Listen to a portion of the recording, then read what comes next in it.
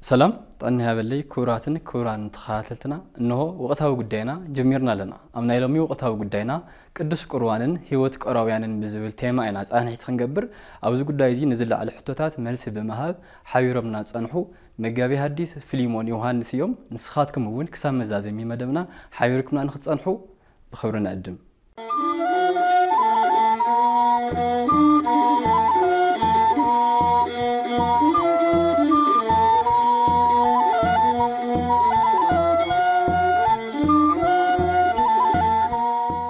ممهر فلما ادمينا خبيرهم ناسترينا سلازمصو كبرتي حابنا كعوم سلام مصخو ليفتو انا اغزابير كساب ساعات زبصح تنفاس لزابنا كرمس كان انه يكون السوق خبيركم نابز استوديوكم سلازعدكم نفس اغزابير يمسكن سناي ممهر امنا لهم انت كم تقدمي لزلالكوا قدوس قربانن هيوت قراويانن بزبلينا صان حيت خنغبر كم مبغس خوننا بمسرت استمرو قدس بيت كريستياننا سجو اندومن ويدما سجاو دومو انت ايو بزول استخنجمر እሺ በስመ አብ ወወልድ ወመንፈስ ቅዱስ አሐዱ አምላክ አሜን በመሰረቱ በአስተምሮ ቅዱስ ቤተክርስቲያንና ቅዱስ ቁርባን እንታ እዩ ስለድብል ጉዳይ ሰለስተው ሱናት ነገር ጌርና ክንሪዮ ተመራጺ ላይ ሐሰብ ናይ መጀመሪያ ቅዱስ ቁርባን ማለት ህይወት ማለት እዩ እተኻላይም ስንቅናይ ነው ወይ ጉዕዞ እዩ እተሳልሳይም በአብዩም ሲግዚአብሔርን ነብረሉ ለውነት እዩ እዚ ማለት እንታይ ማለት እዩ ህይወት ደብለና ጉዳይ እንተራህልዩ ጎይታ ኢየሱስ ክርስቶስ ወንጌል ዮሐንስ ምዕራፍ 6 ተጻሒፉ ከምዘሎ ዘበላ ስጋይ ወዘሰት የደምየቦ ህይወት ዘላለም ወዳሪት ዕለት አነሶ ይሉሎ ባሉ ስጋይ ዝበልዐ ደም ወይ ንሰቴ ናይ ዘላለም ህይወት አለው በዳሐራ ዕለትም አነ ከተንሰይ በዳሐራ ዕለት ተባይለ ደሎ ክርስቶስ አምላኽና ንخوስድና ዝመጸሉ እዩ ስለዚ ሰብ ህይወት ክነብር እንተራ ኮይኑ በውሕዱ ህይወት ዘንብሮ ነገር ኮስዳሉ ኣብዚ ኸይ ዘከርኩ ኻልፍ ደይደሊ እንታይ ያሉ ክርስቶስ ማለት ንምንታይ ተገሊጹ ንዝብል ኩልና እንራዳሉ ጉዳይ አለው ሰብ ካብረስ ዓለም ስለርጠፈ ንሰብ ሰብአውነትን ከመህሮ ክርስቶስ ተገሊጹ እንተራኢልና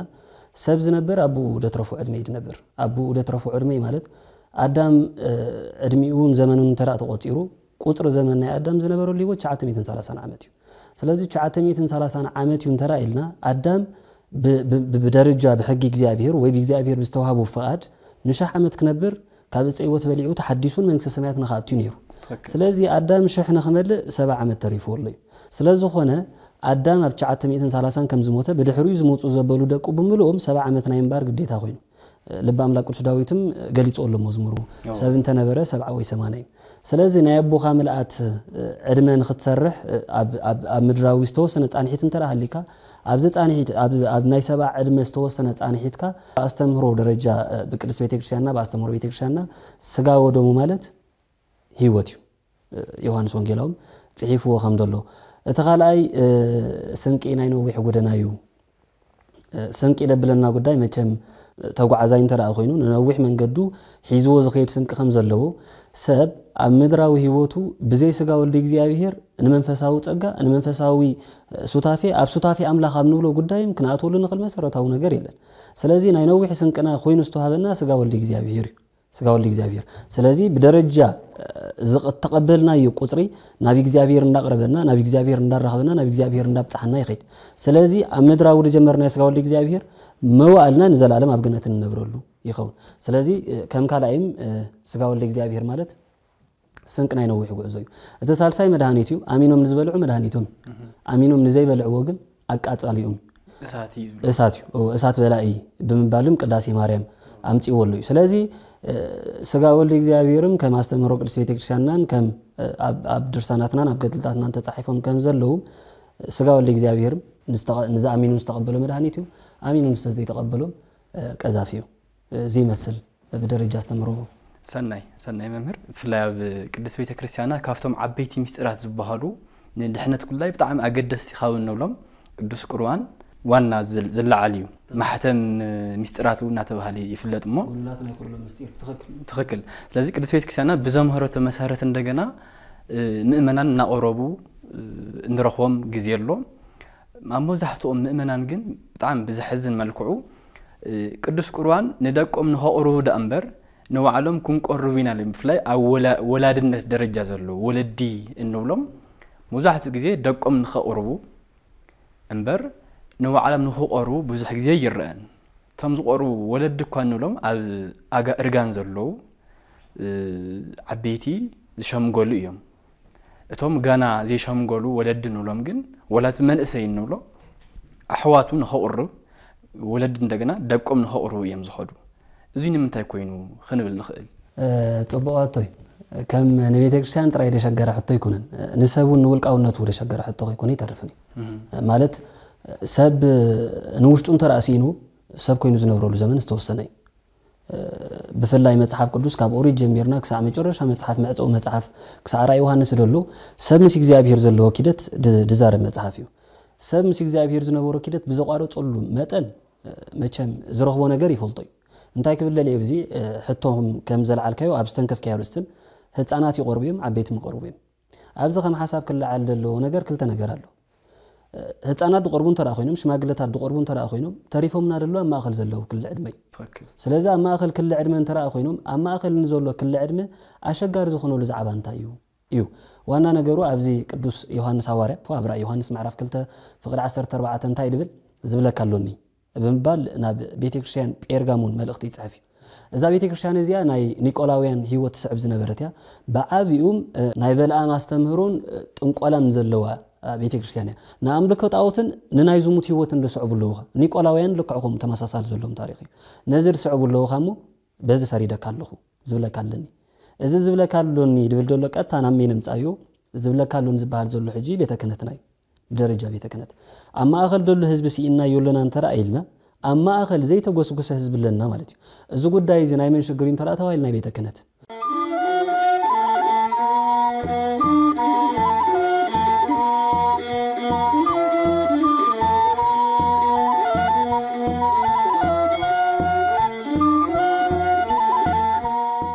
በመሰረቱ ከንደይ ክብራት አቦታት አለውና ንደቆም ከም ያማና ኢዶም ከም ብሌን አይኖም ተኻናኺኖም ንቁርባን አይኮነን ንኻልእ መንፈሳዊ ትሩፋት እንደብጽሑ ቅዱሳን ካህናት አለውና ኣብ ልዕሊ እዚ ግን ኣብ ደቆም ከበር ደገበሩ ካህናትም አለውና ምክንያት ናይ ዝንታይን ተራ ተባሂሉ ድኽነት ድብል ጉዳይ ድኽነት ድብል ጉዳይ ከም ድኽነት ክፉ ነገር የለን በደረጃ ድኽነት ተረፉና ብዙሓት ስለዚህ ካህናትም ንነፍስ ደቆም ንኸይድሕኑ ስለ ንደቆሙን ዓሚቆም ንኸይምህሩ ዝኽልክሎ መሰረታዊ ነገር እንተራሃሉ ድኽነት ድብሎ ጉዳይ ምክንያቱ ክሰርሑ ደም ዋላ ነፍሳትዮም ክከናኸሉ እዝና ምድራው ዝኾነ ስራሕ ክጎዩ ኸሉ ደቆም ይስኡኖም አሉ ስለዚህ ዋና ነገሩ መሰሪና ኣብዚ ደሎ ነዝኮ እዩ ኢትዮጵያዊ ስሉብ ድብሎ ባኮስ ሐዋርያ ፊልጶስ ደጥሞቆ እዩ አይኮነን ባኮስ ኣብዚ ኸደሉ ዝነበረን ኢየሩሳሌም እንታይ ከንብብ ጸንሐ ይድብል መጽሐፍ ትንቢተ ኢሳይያስ ትብሎ ደለኻ ትፈልጦ ዲኻ ምስተባሃሉ ዝመለሶ መልስ እንታይ ነይሩ ዝማሃረን ዘይብለይ ከመይ ልኽፈልጦ ስለዚህ ትማእኸል ተሪፍና ደሎ ንኡስ ዕድመ ዝማሃሮ ደይብሉ እንታይ ኢሉ ሒዙ ክመጽን ቤተክርስቲያን ሓደሱ ሸጊርና ደሎ ድምህሮ የለን ሰር ዝምህሮ ዝተርፎ ነገር ብዙሕ ማለት እዩ ከም በመሰረቱ ንምእመናንም ዝድርበ ጉዳይ እንተራሃልዩ ካህናት ዝመሓደሩ ብምንታይ እንተራ ተባሂሉ ብዕሸርና ይደቆም ንነገሩ እግዚአብሔር ይመስገን በተሓደ ወገኑ በተሓዳ ኣቕሳ ሕጂ ሓሊና ዘሎም ተመስገን እግዚአብሔር ይመስገን ስለዚ ሓለውና ደብሎ ተገቢኡ ቁርባን ደቆረበ ወለዱም ከይብላን ንምሳሌ ኣነ ከም ኣብ ዝተወሰኑ ቤተክርስቲያናት ከይድና ብንሪኦ ቁፅሪ ገለገለ ዴታት ደቀን ከቁርባ ኣብ ዝመጻሉ ግዜ ተሰንብድ ኢኻ ካህን ስጋ ወደሙ ሒዙን ቤተክርስቲያን ቁርብ ካኣቱም ዝበለ ኣባቐሻ ሓንሳብ ተባሂሉ ድቆርበሉ ግዜ ብዙሕ እንታይ ርኢካ ተኣምር ከይሰምዐ ኣገባቡ ከይሓለወ ስርዓቱ ጥሒሱ ንቁርባን ጥራይ ዘሊሉ ዳኣቱ ሰብ ኣሎ ቅዳሴ እውን ካብ መጀመርያ ከይተሳተፈ ክኸውን ዝግብኦ በኣስተምህሮ ቅዱስ ቤተክርስቲያን ግን ተኣምረ ማርያም ከይሰምዐ ንቁርባን ክቆርብን ክቕበልን ዘለዎ ሰብ የለን ኣይፈቀድን ስርዓት ቤተክርስቲያን ስለዚህ ነስርዓት እዚ ብደይ ምኽታሉ ንህይወት ክኾነና ድግብኦ ንማዓድ ክኾነና ንብዙሓት እዩ ስለዚህ ጸጊምና ደሎ በደረጃ ምሕደራዊ ኪደት እዩ ምሕደራዊ ኪደቱ ኣይተስተኻኸለን ደሎ ካህን እንተራ ጸጊቡ ስለ ደቁ ስለ ድሕነት ነፍስ ንኽብል ዘይጎየሉን ዘይከደሉን መንገዲ የለን ምክንያቱ ካህናት ማለት ኣብ ትሕቲ እግዚአብሔር ንሰብ ከጽድቁ ዝተዋህቡ ማንም ይኹን ማንም ብዙሕ ግዜ ድዝረበሉ ነገር ኣሎ እዩ ክህነት ዝተቐበለ ሰብ በደረጃ ድወድቆ ይውደቕ ናይ ማንም ሰብ ሓጢያት ሰሚዑ ኣስተስሪዩ ንስሓን ንቁርባን ንኸብጽሖ ግን ብቑዕ ክህነት ድብሎ ርኽሰት ይብሉን ኣብቲ ሰብኣውነት ርኽሰት ክህሉ ይኽእል ኣብቲ ክህነት ድብሉ ኣባሃላ ግን ርኽሰት የለን ስለዚህ ኣብዚ ነገር እዚ እንታይ ክብል ለለ እግረ መንገደይ ካህናትና ምናልባት ብዝረኣናዩ ቁፅሪ ካብኦም ንርሕቕ እንተራ ሃሊና መንእስያትም ጌጋይ ካህንካ ዝገበሮ ሓጢያት ይግበሮ ናሃትካ ሓጢያት ብቑዕ ዝገበረ ሓጢያት ይግበሮ እሱ እግዚአብሔር ይፍረዶ ስኻ ተዘለይካ ጌርካ ምምጻእ ጽቡቕ ስለዚህ ተኻላይ ይስዩ ከም መጨረሻ ግን ሸጊርና ደሎ ነዚ ሕጂ ኪደት ምዕራባዊ ዓለም ማለት ሕሰቦ ሰብ ንስተወሰነ ደቂቕ ጸሎት ንኽገብር ኣይትንስን ንስተወሰነ ደቂቕ ቲክቶክ ሒዙ ዝኾነ ፕላትፎርም ሶሻል ሚዲያ ሒዙ ግን ክሳዕ ክንደይ ሰዓት ይጸንሕ ብደረጃና ንስተውዕለሉ ነገር እዩ ን10 ደቂቕ ኢልካ ድሓስካዮ ሞባይል ክሳዕ 3 ሰዓት ክሳዕ ዝወግሕ ድሕስ ሰብ ብዙሕ ክሳብ ወልፊ ዝኾነሉ ሞባይል እንታይ ርኤካ መጠን ክንደይ ወሪድና ኣለና ስለዚ ኪደት ናይ ምዕራባውያን ዓለማትም ኣባና ጥቡቅ ገይሩ ዝተሰርሐ ጉዳይ ስለ ዝኾነ ሰብ ናብ እግዚኣብሔር ንኸይቀርብ ሞር ጋይድ ገይርዎ ደሎ ነገር እሱ ናብ እግዚኣብሔር ንኸይቀርብ ንነገሩ ሰብ ወይ ሓደ ኦርቶዶክሳዊ ድበሃል ሰብ ኣብ ዓለም ዝነብር መንፈሳዊ ዓለማዊ ኣብ ዓለም እዩ ዝነብር ግን መንፈሳዊ ዓለማዊ ማለት ንዓለም ከም መንበር ግዚያዊ ቤቱ ዳ እንበር ኣብ ዓለም ህንፃ ኾነ ድወርሶ ነገር ይብሉ ዘለዓለማዊት ቤት ኣይኮነ ስለ ደኾነ ኮይ ንሕሰቦ እንዶ ኣብ ገዛይ ኩሉ ክርስቲያን ክእከብ ይኽእል ኣይክእልን ኣብ ገዛኹም ኩሉ ክርስቲያን ክእከብ ይኽእል ኣይክእልን ንኹልና ድሕብረና ብእንተ ተባሂሉ ቤተክርስትያን ንምንታይ እንተ ተባሂሉ ግዚያዊት መጽንሒትና ተባሂላ ደላ ኣብ ዓለም እትነብር መንፈሳዊት ዓለም ቤተክርስትያን እያ ስለዝኾነ ኢና ቤተክርስትያን ንከብ ስለዚ ሰብ ሚሒር ናይ ምዕራባውያን ኪደት ብምጥቃሙ ናኡ ሚሒር ብምጥላቁ ንእግዚአብሔር ካብ ዝህቦ ንላዕሊ ግዜ ንፕላትፎርማት ንሶሻል ሚዲያ ድህቦ ግዜ እንዳበዝሐ ኸይዱ ስለዝኾነ ንቅዱስ ቁርባን ዘርክበሉ ግዜ ይብሉ ስለዚ እቲ መሰረታዊ ነገር ኣቦታት ካህናት ደቆም ክናብይሎም እቲ ናይ ምዕራባዊ ዓለም ጉዳይ ቤተክርስትያን ኣብ ሊፃ ክትሰርሓሉ ኣለዋ ንጠቕሚ ከም ዝኸውን ዋና ፀጊምና ደሎ እዚ ነገር እዩ ኢለ ይሓስብ ጽቡቕ መምህር ፍላይ ምስ ተታሒዙ እንታይ ኣሎ እቲ ዘይቆርብ ክርስቲያንየ ባህላይ ኣብ ውሽጢ ናይ ክርስትና ደንበ ተዓቂቡ ዘሎ ናይ ክርስቶስ በጊዕ እንብሎ ዘቕርብዎ ምኽንያት ኣሎ ፍላይ ብብዙሕ መንገዲ ንሰምዖም እዮም ብጣዕሚ ሓደ ግዜስ ከምዚ ንኽትሰምዖም ንባዕሉ ክሳብ ዘሰልክዩኻ ዝወፅሑ ማለት እዩ እቶም ምኽንያት ንሳቶም ከም ንኣብነት ኣነ ተምሃራ እየ ኣነ ቆልዓ እየ ኣነ ገና ኣይተመርዖኹን ንምቕራውሲ ከም ዋና ረቋሒ ምምርዓው ከም ዋና ረቋሒ ምሽምጋል ምእራግ ተገይሮም ዝውሰዱሉ ግዜ ኣሎ ንምዃኑ እዞም ምኽንያት እዚኣቶም ብምቕራብና ዝመፀና መዘዝ እንታይ እዩ ክንብል ንኽእል ብመሰረቱ ተንድመፃ ምኽንያት ግን ሓደ ክትጠቕሰለይ ኣብኡ ከለና ንኣተን ሓፂር መልሲ ክንብል ናይ መጀመርያ ከም ሓሳብ ድመፅእ ጉዳይ እንታይ ድብል ተምሃራ እየ ዝብል ተምሃራ እየ ጽቡቕ ክድንቁር ደይ ትደሊ እንተደኣ ኾንካ ስጋዊ እግዚኣብሔር ማለት ገላፂ ምስጢራት እዩ ዘረባ ይብሉ ስለዚ ተምሃራይ እንተደኣ ኾንካ ንቑሕ ተምሃራይ ክትኮን ትደሊኻ ስጋዊ እግዚኣብሔር ውሰድ እዩ ስጋዊ ወልዲ እግዚኣብሔር ዘይወሰደ ንቑሕ ተምሃራይ የለ ንኽትነቅሕ እኳ ምኽንያቱ ስጋዊ እግዚኣብሔር ምኽንያቱ ምንጭ ኩሎም ፍልጠት ኣብ መን ተኣኪቡ እዩ ደሎ ኣብ ክርስቶስ ምንጭ ኩሎም ፍልጠታት ስለዚ ናይ ኩሉ ፍልጠት መሰረት ክርስቶስ እንተደኣ ኮይኑ ስጋዊ እግዚኣብሔር ብምብላዕኻ ንትምህርትኻ ድጠቅም በር ደጓድል ነገር ኣይኮን እቲ ካልኣይ ደቕረብናዮ ገና ቆልዓ ሰሎሞን ናይዚ ዘለናዮ ዘመን ተረዲእዎ ከይኮነ ይተርፍን ምዕራፍ 12 መክብብ እንታይ ኢሉሎይ ብግዜ ንእስነትካ ፈጣሪኻ ዘከሮ ብግዜ ንእስነትካ ምስ ሸምገልካ ምስ ኣረካ ፈቲኻ ደይኮነ ፀግዕ ስለደልየካ ክትጎደ ኢኻ ስለዚ ብግዜ ንእስነትካ ዘይዘከርካ ፈጣሪ ብግዜ ኤርጋንካ ንኽትዘክሮ ከይፈተኻ እዩ ብዓብዩ ኣነ ድገርመኒ ብዚ ነገር እንታይ ኣሎ እግዚኣብሔር ብእውነት መሓሪ ቅድስት ቤተክርስትያንም ናይ መጨረሻ ልዋህ ሓሲብና ያለና ገለገለ ሰባት ክጥምቕ ቤተክርስትያን ምስኣተው ርኤሞ ዘይፈልጡ ሰባት ኣሎ ክጥምቑ ሓን ሰባት እዮም ኣሎ ምስ ስድሮ ቁርባን ሽዑ ቆሪቦም ኣሎ ብድሕሪኡ ግን ደይፈልጡ መዓስ ይመፁ ምስ ሞቱ ግን በቃ ተፀሮም ይመጡ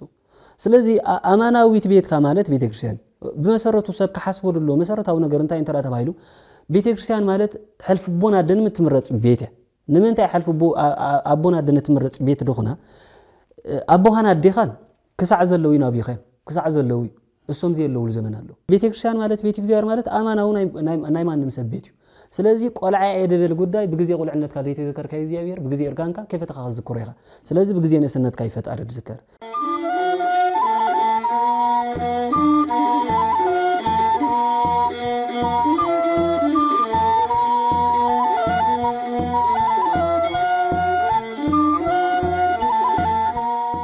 እንደገና በዓል ሓዳር የድዩ ደሎ ሓሳቡ በዓል ሓዳር ይኩንኩን ጋና ይተመርዖኹን ዝብል ከይትወድቕ ንኸይወድቕ እንኮ ፍቱን መድሃኒት ስጋዊ እግዚኣብሔር ሰብ ክወድቕ ደል እንተደኣ ኮይኑ ብሓትያት ካብ ስጋዊ እግዚኣብሔር ወፃኢ ብንፅህና ከንብሮ ዝኽእል ነገር የለን ንምንታይ ኣብዚ ሓደ ታሪክ ንምልዓል ኣገዳሲ ኮይኑ ይስምዐኒ ኣብዚ ንዝክሮም ኣቦ ንምሳሌ ብቁርባን ደረጃ እንፈልጦም ኣቦ موسى يصلم سي لتوسن غزي كقدس يلو صباح تدالو كتقدس يخاف تبالو غزي حرا يلو سرعات ناي مدلاو غداي صافيفون بيت كريستيان كيدي موسى يصلم كم زنغرولو صلمي تي قصل شموم يفلطولي بصلمو درجان بيت مقدس مساتو وطا صولولو يلو ابو تم اببني تسوغي غومو يدي وطين بيت كابيت كريستيان وطيو تزارو زربان تانيرو با دغيريم كم زلولن شوشت انت درو انت يمبولني موسى مالت نز تاريخ زدمصاني ناي موسى تاريخ كم زسلزلو لخي موسى مالت 12 زمن حلف زنبر حاتياتو دشغرو سبي 12 عامت قليل ايكونن حسيبنا يلنا كومون كسو العالم قديفوا دخلسب 12 عامت بناي زموت منفس كساقلو لو طريب الكرسنا نيرو مالتي متن كندزن 12 عامت اشغرو يرو زنبرو حاتيات ناي مጨረሻ معصو هيوت قربان بدل غداي سدحره بايتو يصلو نيرو مالتي بتان دحلف كايو غدايم صلاو قدوس موسى نابز درجه زلبصحو سغاو لእግዚአብሔር ካብ ዝበላዓሉ ግዜን ድምጽ መላእክቲ ምስሰማዕ ግዜን ወርወርናይ ዲያብሎስ ድከላኸሉ መላእክት ምስራይ ስለዚ ቁርባን ማለት ነዘይ ተመርዓው ሰብ ንኸይወድቕ እንኳ መድሃኒቱ ምስዱ ቆርብ ጥራይ እንተ ደይ ቆሪቡ ድሕነትም የለን በመሰረቱ ንስጋው ለእግዚአብሔር ዝበቕዑ ሰብ የለን በከመ ምህረት ከንተሪ ኮይኑ ከም ብዝሕ ምህረት ከንተሪ ኮይኑ ንስጋው ለእግዚአብሔር ብቁዕ ድኾነ ሰብነት አያናይ መን ሰብነት የለን ነዚ ነገር እዚ ካብ ኦሪት ሓደ ጠቕሲና ለል ነብይ እግዚአብሔር ቅዱስ ሙሴ ኣብ ዘጻት ምዕራፍ 19 ካብ 13 ደሎ ታሪኽ እንራዩ እግዚአብሔር ሙሴ ናብ ዘእምባ ዝደይብ ኣብ ክግለጸልካ ይምስሎ ነቶም ህዝብ እንታይ ያቆይሙሎም ነይሩ ናብ ዘእምባ ዝኸይትንክፉ እንኳን ሰብ እንስሳም እንተደይቡ ብዳርባ እምን ወይ ብማንቲክ ይቀተል ይብል ሓሲብና ያለና ከይተገበኡ ማለት እንኳን ንስጋ ወልደ እግዚአብሔር ሲ እግዚአብሔር ናብ ዝግለጸሉ እንባ ኳ ሰብ ከይተገበኡ እንተራቀሪቡስ ከጥፎ ይይ እንኳን ኣብተ እንባ ዝተፈቀደሉ መን ጥራይ ሙሴ ጥራይ ስለዚህ ሙሴ ጥራይ ተፈቂድዎ እንተራይልና ማንም ሰብ አይተፈቀደን አይተዋቡን ግን በከመ ምህረትከይ እግዚአብሔር ብዝመሐረና ቁጥር ግን ንስጋው ለእግዚአብሔር እንበለው እግዚአብሔር ብዝመሐረና ቁጥር ኣብዚ ተነጋረ ታሪኽ አሉ ስፔሻሊ ኣብ ወንጌል በትርጓሜ መልክዕ ድመጽ 40 ዘመኖም ዓጢዮም በብሕትውና ደረጃ ዝነብሩ አቦ ይብሎም 40 ዘመኖም ነቢሮም ህያው ንኽትከውን ገድለኻን ፍጻሜ ንኽረክብ ስጋው ለእግዚአብሔር ተቀበል ተባሂሉ መላክ እግዚአብሔር ሒዞም ናብ ቤት መቅደስ ከደ ቅዳሴ አሃዱ ጀሚሩ ክሳዕ ጻኡ ድብል ጉዳይ ሰሚዑ ድሕሪ ጻኡ ንጹህ ለንጹሃን ቅዱስ ለቅዱሳን ድብላሉ አይ ሞም ተቆይና እኔ አይነጻሁን አይተቀደስኩን በመባል ወጪም እንደገና 40 ዓመት ዓጥው 40 ዓመት ዓጥም ካሽዑ ንዓ ሕጅም ተቀበሊሉ መላክ እግዚአብሔር አውጪው መወዳቱ ቤተክርስቲያን ምሳአቶም ንጹህ ለንጹሃን ቅዱስ ለቅዱሳን አብድ ተዋሃሉሉ ሰዓት ወጪው ከኸይድ كبل ملاك እግዚአብሔር አይ ተመለስ በከመ ምህረት ከልካ ተቀበል ስለዚህ በደረጃ ንጽህና እንተ ተሐሲብ እኮ እንኳን ንሕና ኣብዚ ዓለማዊ ህውተት አደለና ሰባት እቶም በደረጃ በቅዓት መንፈሳዊ ትሕርምት ዘለው አቦታት እንብሎምን ድበቅዕ ሰብ የለን እንታይ ዳ ንስጋ ወልደ እግዚአብሔር ምህረቱ ይደምብረና በምህረቱ ደረጃ ኣብዚ ቅዳሴናውን በከመ ምህረት ከነው በከመ ምህረት ካኮ ንበሊና ስለዚህ ናይ ሰብ እንኮን መድሃኒቱ በከመ ምህረት ከልካ መቀበል እንተ ደይ ኮይኑ ንስጋ ወልደ እግዚአብሔር ንምቅባል ዝበቅዕ ኾነ ዝተዳለው ሰብነት የለን ስለዚህ የለይ ይኻ በከመ ምህረት ከልብል ኣብ ቅዳሴና እንኳን ከም ዓብር ተገይሩ ድውሰል ከም ዋና ግን ኩሉ ግዜ እንብሎ ግን እንደነስተውዕሉ ቃላል አቡነ ዘበሰማያት ኣብ ድብል ጸሎትና ኩሉ ግዜ ንዝክሮ ጸሎት አለ እንታይ ድብል ጸሎትና ንዝክራ አቡነ ዘበሰማያት ናይለትን ጌራና ለው ማህበና እዘን አይለትን ጌራና እንታይ ድብል ርዲት ንወስዶ ነው በዚህ እንበልዖ ምድራው ስጋ አይ እሱ አይኮነ እሱ ኣብ ቤትና እንበልዖም ስፔሻሊ ሎሚ ተመስገን ዘመን ብዙ ይደረይካ ናይ ቦታትና ዝነበረ ዘመንን ናሃና ደሎ ዘመንን ካብ ምድር ናብ ሰማይ ፍልል ይደለው ዘመን በዚህ ሕጅ ግዜ ያዊው በደረጃ ሀብት ዲዩ በደረጃ ስንፍና ዲያ ይረዳካን ማዲ ተሪፉና ምንታይ መጽይሎይ ንናብያትኻ ድብል መጽይሎይ ናይ ሕብረት ማዲ ተሪፉ ድገርም ነገር ግን ናይ ሕብረት ማዲ ምብላዕ ማለት ናይ ቅዱስ ቁርባን ተሳታፍን ምዃን ተምሳሌት እዩ ኣብ ናይ ሕብረት ማዲ ድሓበርና ስለዝኾነ ኮይኑ እንተስተውዒልናሉ እንኮ በብያትኻ ካብ ድመጽእ ሰብ ቤተክርስቲያን ከድካ ምቕራብ እንግዲፈሉ ምክንያቱ ናይ ሕብረት ማዲ ደይ ለመደሰብ ናይ ሕብረት ቁርባን ከመይ ኢሉ ክሳተፍ ይኽእል ስለዚህ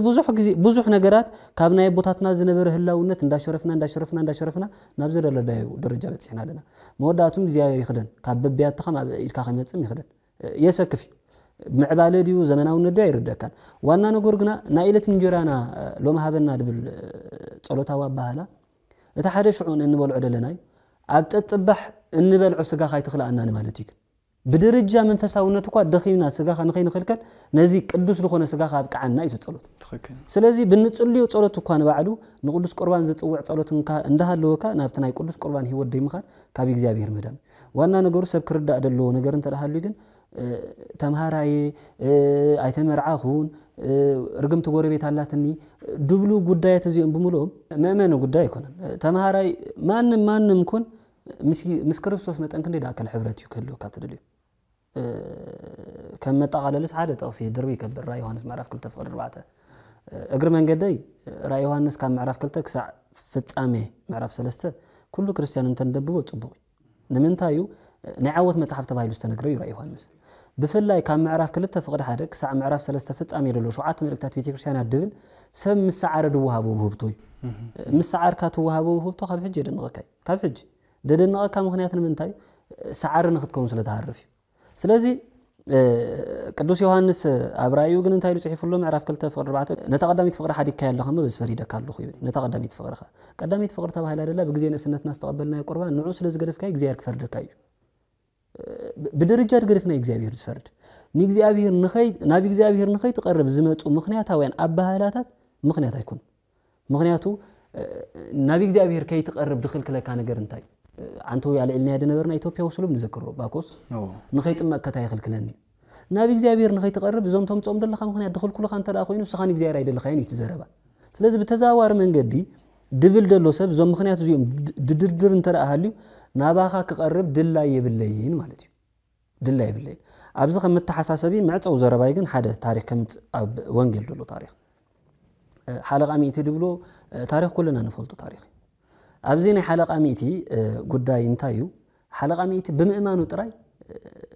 تتقيمي بمئمانو تراي مغنياتو حلقة ميتنا بقويتها دخده ودي يحويل لي ندبلي ودي يحويل لي بزبل قنا እግዚአብሔር بتقمي درجة رديوي أبزم كل التسابات النوادر حلقة ميتي استبها لسبن እንደገና አቤማን ጎይታ ተሰቅሉ ዝነበረ በለታር ጥጦስ ልተባለ ሰብ እዚኦም ክልቲኦም ንሕሰቦ ንቤተ ክርስቲያን ከይዱ ድቆርብ ሰብ ምሳሌ ንመኒ نتطوسنا هوارياتن بيتكشان كيدو دقرب سب قربان الساتف سرعه قربان الساتف سب نتطوسنا هوارياتن مسل نا هواريات بلتاموس እግዚአብሔር ንዘቀረቦ ጽዋአን ንዘቀረቦ ህብስትን ባሪኹ ቀዲሱ ምሳቦም ናብ 13 ቆሪሱ ምሳቦም 13 ድገበሮ ምድፋር ንኸይሱኒ ከመይሉሱ ስጋ ሰብዲ ይብላዕ ተባሂሉ هواريات ውሽጣው ሕልና ረበሻ ሕልና ንኸይሉ 13 ገይሩ ቆሪባ አቅርቦም ይድ ሓደ ነው አሉ ተመበል 13 ናቱ ቆርባኒ ስለዚህ ቆሪቢ ይደቅረቦም አብዚ በእለት ሐሙስ ንዝነበረ ሐዋርያት ይመስል ቤተ ክርስቲያን መጽዮም አቀዲሶም ስርዓተ ቁርባን ተሳተፉ ነሐዋርያትን ጥጦስን መስሉ ዘይ ቆሮቡስ ነዛ ሐለቃ ሚቲ መስሉ በመንታይም ድመስሉ ልብን በለሉ መጠቃለል ሐሳብ ስለዘለው ወይ ድመስሉ ምክንያት ሐለቃ ሚቲ ናይዘይ ቅበሉ ሰባት ምሳሌ ናይዘይ ቅበሉ ምሳሌ እዩ ማለት ክርስቶስ ተተቀበልካ ማለት ናብ ምንታይ ካመታ ማለት እዩ ናብ ውሽጥኻ ኣብ ገዛኻ ምሳኻ ምእታ ማለት እዩ ሓለቃ ሚቲ ክርስቶስ ናብ ቤትካ መጽኻ ወይ ምስበሎ ደቅረቦ ምክንያት እንታይ ነይሩ ገዛይና ዓኻ ብቁዕ አይኮነን ስለዚ ገዛና ንስጋ ወልድ እግዚአብሔር ንኽቅበል ብቁዕ አይኮነን ንክርስቶስ ንኽቅበሎ ብቁዕ አይኮነን ብቁዕ እንተደይ ኮይኑ ቤተክርስቲያን ኣብ ቅዳሴ የተሳተፍ ኃጢአትካ እንደሐሰብካ ግን ተሳተፍ ኃጢአትካ እንደሐሰብካ ብስተሳተፍካዮ ቁጥሪ እግዚአብሔር ንቁርባን ይብጽሐካይ ምክንያቱ ቁርባን ማለት መቅረብ ማለት አይኮን ናብ እግዚአብሔር መቅረብ ቁርባን ማለት ናብ እግዚአብሔር መቅረብ ማለት እንተራአ ኮይኑ ኃጢአቶም እናሐሰቡ ብዘቀደስው ቁጥሪ ወሃብ ቁርባን ናብዚ ቁርባን ዝደብጽሕ እግዚአብሔር ስለዝኾነ ክርስቶስ አምላኽና ስለዝኾነ ግዜ ብዝሓለወ ግዜ ከቅርቦይ ከቀብሎይ ስለዚ አይቅበልኒ በማለት ምስምስ ጥራይ ሰብ ሱታፊ ቅዳሴ ከቋርጽ ይብሉ ከቀድሳለሁ ኃጢአት እንደሐሰበኻ ከቀድሳለሁ ስለዚ ናይቲ ህይወት ሐለቃ ሚቲ ኣብ ህይወት ይኾኑ እንደቀደሱ ኃጢአቶም እናዘከሩ ምሕረት እግዚአብሔር ግርፋት ወልድ እግዚአብሔር እናዘከሩ ዝቅዱስኻ ለከ ነሐዋርያትን ንጥጦስን ይመስሉ ማለት እዩ ስለዚህ ቶም ምክንያትን እናቀርብ ምክንያት ከሆነ አይከልኒ ሰብ በህይወት ክትነብር እንተዳሪልኻ ምስ ክርስቶስ መቅረብ ጥራይ ምስ ክርስቶስ ተደይቀሪው በህይወት ነበረሰብ የለን ጽቡቅ መምህር ኩራት ተኻተልትና ተካተሉ ወዘለኹም ካብ ማህበረ ቅዱሳን ቴሌቪዥን ዝፍነወልኩም ወቅታዊ ጉዳይና እዩ ከም ተቀድም ኢለ ዝገለጽክዎ ናይ ሎሚ ወቅታዊ ጉዳይና ቅዱስ ቁርባንን ህይወት ቆራውያንን ብዝብልና ጻንሒት ንገብርለና ሕዚ እውን ክሳብ መዛዘሚ መደብና ሓቢርኩምና ጽንሑ ሰናይ ጻንሒት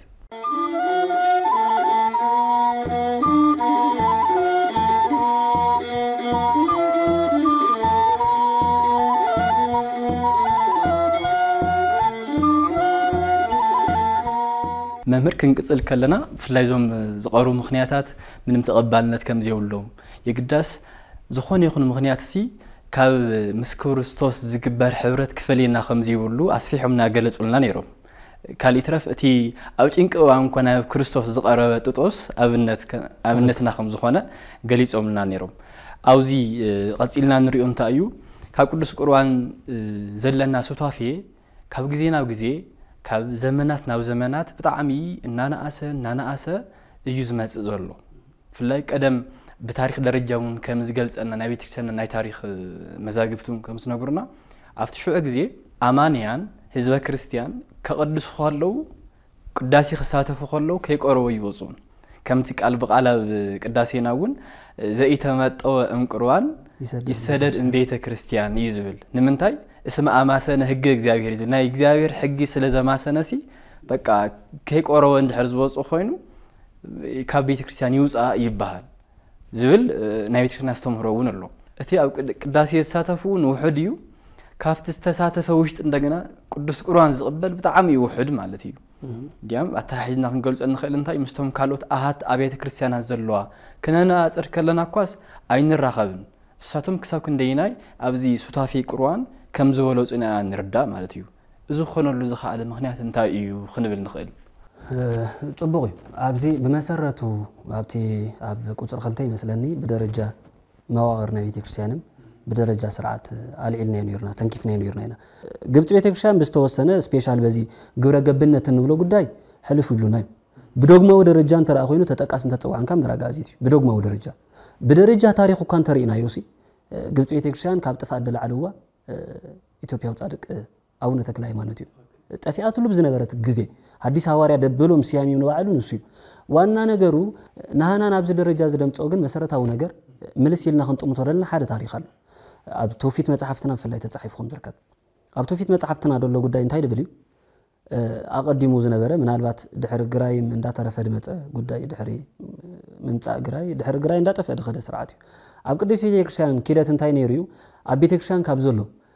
ጳጳስ እንተራሃሊ ወይ ቆሞስ ወይ ካህን እንተራሃሊ ኣብ ደገ ሰላም ናይ ቤተክርስቲያን ኮይኑ ይቆም ይብል አሁን ዛአቱ መመናን ንብሙልኦም ናበይ መጽኹም ታይ ክትገብሩ መጽኹም ኢሉ ምሕተቶም ስጋው ለእግዚአብሔር ክንበልዕ እንተራ ኮይኑ መልሶም ዝተማሃረ ድፈለጠ ዝተረዶ እንተራ ኮይኑ ካብ ሰለስተ አካላት ሓደ አካል ዝኾነ ክርስቶስ አምላኺ ካብ አምላክ ቅዱሳን ድንግል ማርያም ንዝወሰዶ ስጋ በእለተ ዓርብ ኣብ መስቀል ተሰቂሉ ዝቆረሰለይ ስጋ ህይወት ንኽረክብ ክበልዕ መጽን ዝበለሰብ ይትዎ ይቅርቡ ኢሉ ስጋ ክበልዕ እንድመጸሰብሲ እንደዕ ቆርብ መጽን ዝበለሰብስ يترفمو كسع زردوم يمهرو يدب سلازي بخيد الدرجة كوا قوليلنا لنا كم نايك أدم قدايك متسنتر أخوينو سرعته تي ناي بيت كريستيان كيدتم كم نايك أدم كمتسالو ناي بيت كريستيان كيدت كم نايك أدم تريمتيو نمن تاي متي خادي يكون كفلوم يلو دحات تاب ناي قربان غزي انتزي يلي نايك أدم قربت من فا نايك أدم سرعة مرسعنا من تاي كلتيوم كمتسلو كلتيوم وسنتيوم معنا بيت كريستيان نايك أدم هيوتان ترى متياتو هيوت قرب تاري يستخاخلو المخنيات يلا وانا نغرو ግን كل ጊዜ محساب እንታዩ ቅዱስ ዮሐንስ አፈወርቅ ንዕብራውያን ኣብ ዘብራህራሉ መልእክቱ እንታይ የሚባል ይዛረብ እቲ ትክክለኛ ቁርባን ትብሎ ተሳምዕሉ ቁርባን ሳይናይ ቁርባን እዩ ይሓተት ዳሓተት ደሎ ንቆረብቲ እቶም ኣብ ዓመት ሓደ ጊዜ ወይ ኣብ ዓመት ክልተ ጊዜ ወይ ኔሮም ዝቆርቡ ንሶም ደም ኢሉ ኣይኮማ ኣይኮነን ኢሉ እንታይ ለመሊሱ ኣብ ዓመት ምቁራብካ ኣብ ዓመት ክልተ ጊዜ ኔርካ ምቁራብካ إذا دحنا تايكونن يلو ناب قربان كقربو دغبو أمانة وحاتياتهم ترديهم بنسحب قدم أب نفسهم تدفيهم محرتن معاتن ناي እግዚአብሔር እናዘከሩ ኣብ ቅድሚ እግዚአብሔር ዝቆርቡ ጥራይ ስለዚህ قربانم ደረጃ አለው ማለት ስቂልና ካብስተዳለው ንቁረብ ማለት ስለ ስጋ ወልደ እግዚአብሔር እንበር ስለ ተራ ስጋ አይኮነን እንደሎ ስለዚህ ሰብ ተረዲው ወቁርብን قربان ስለስተዳለው ይቆረብ ከባልን በበኝ ናብናይ ቁርባን ደረጃ ሰብ ክመጽ እንደሌለና ስለዚህ ቤተክርስቲያን ይስራ ነዚ ዘሎ ፕላትፎርም ንጠቀመሉ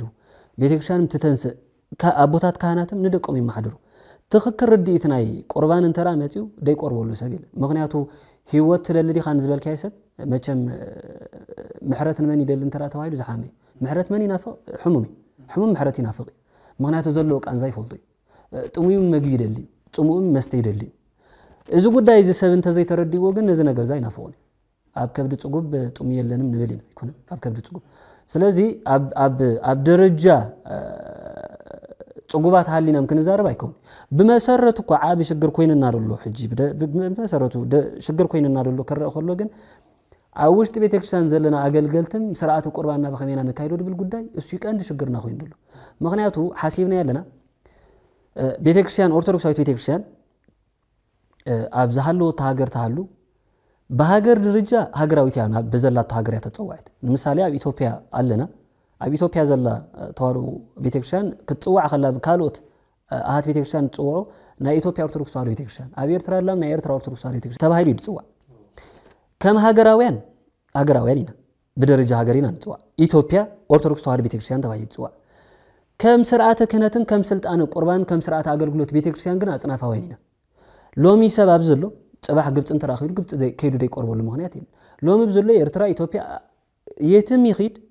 ናይ ኦርቶዶክስ ተዋሕዶ ቤተክርስቲያን ክሳዕ ዘሃለወት ክቆርብ ስታፊ ክገብር ጉቡይ ሽግሩ ግን ካሁን ኮይንካ በየማና ኢድካ መስቀል ሒስካ በጸጋማ ኢድካ ብረት ሒስካን ተራአ ኮይኑ መዘምር ኮንካ በየማና ኢድካ ዓሊታውነት ሒስካ በጸጋማ ኢድካ ሃይማኖት ሒስካን ተራአ ኮይኑ ዲያቆን ኮይኑም ኮሙን ተራአ ኮይኑ ማለት ቁርባንና ምንታይ ነው ከመጽዩ ተደልዩ ደሎ ቁርባን ክስተኻኸል ደሎ መጀመሪያ ተአማኒ ተው አውሽት ቤተክርስቲያን ዘሎ ካህን ዝባሃል በፈላይ እቲ ቤተ ክህነት ድብሎ ጉዳይ ካህናት አቦታት ዲያቆናት ኢሉ ከከማ አድርጎም ንውረድ ምክንያቱ በሀገር ደረጃ ወይ በቀቢላ ደረጃ ወይ በአውራጃ ደረጃ ድውረስ መንግስተ ሰማያት ይብላል ሰብ ካብ አዳም መጽዩ መጨረሻ እንጠቃለሎም አዳም አብዱል ሓደ ሰብ ኔርና ያው ኮይ ትውልድ እንደይቆጠር ትውልድ ተቆጢሩ ሴም ካም ያፌት ተወድ ሴም ካም ያፌት ይሎ መንከበሊ ኖሂሉ አዳም ይخبل ስለዚህ ሐረግ ትውልድ ናይ ወድ ሰብ እኮ ተቆጢሩ ደኾደና ምን አዳምና በዝል ደረጃ ስለዚህ ዋናቲ አቤተ ክህነት ደለና ቶም አገልገልቲ ቶም ካህናትና ቶም ዲያቆናትና ቶም መዘምራትና በሐጭርተ አቤተ ክርስቲያን አብሱር ቤተ ክርስቲያን ተዓቂቡ ደሎ ንሱ መጀመሪያ በህይወት ኔሩ የርእናሙ ህይወትን መልባስ አይጸግምኒ እንተሪኩኝ የማን ጸጋምን ፖለቲካን መስቀልን ዓሌትን መስቀልን ሒስካ ድካይድ ስርዓተ ቁርባን ይል ስለዚህ ሰብ ናብ ንቡር ህይወቱ ይመለስ ናብ ንቡር ህይወቱን ተራ ተመሪሱ ንቡር ህይወት ደምለሰሉ ደረጃ የለን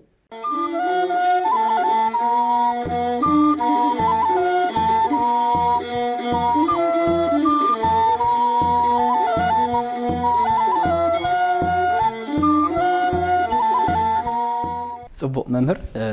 ጣዕሚ ወሰንቱ ጉዳያት የም ተላዓሎም ፍላይ ንኹንቆርብሲ ዋና አገዳሲ ጉዳይ አስተምሮኸም ዝኾነ እቲ አስተምሮ እንደገና በቃልን በግብርን ዘሪኤና አብነት ዝኸውን አቦ ካህን ዲያቆን ኩሉ ወዙ ለቃ ዋና መርገጽና እዩ ካብ ጊዜና ጊዜ ንዝናአሰ ሱታፊ ቁርባን ኩላይ ዋና ክስተኻኽሎ ዝኽእል ከም ዝኾነ ናገለጹልና ነይሮም ናፍቲ ናይ መዛዘሚ ሕቶና ክንሰግር ከለና ክርስቲያን ተባሂልና እናቆረበውን ዘሎ ዝበዝሕሉ ከባብታት ወለ ፍላይ ኣብ ሰሜናዊ ዝበሃል ቦታ በበዝሒ ናይ ክርስትና ወደ ወይ ድማ ናይ ክርስትና ቦታታት ኣብ ዝበሃል ኣብ ቁርባን ዘሎ ኣብ ክርስትና ህይወት ዘሎ ኣብ ዝበሃለሉ ቦታ ግን ድማ በአንጻሩ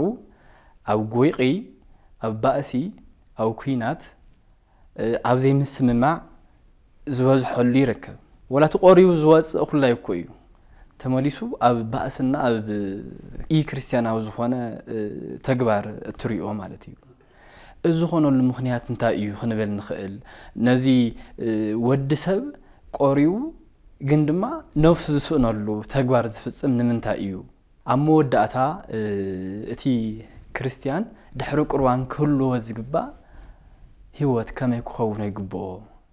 ጽቡቕ ወሳኒ ሕቶ እዩ በመሰረቱ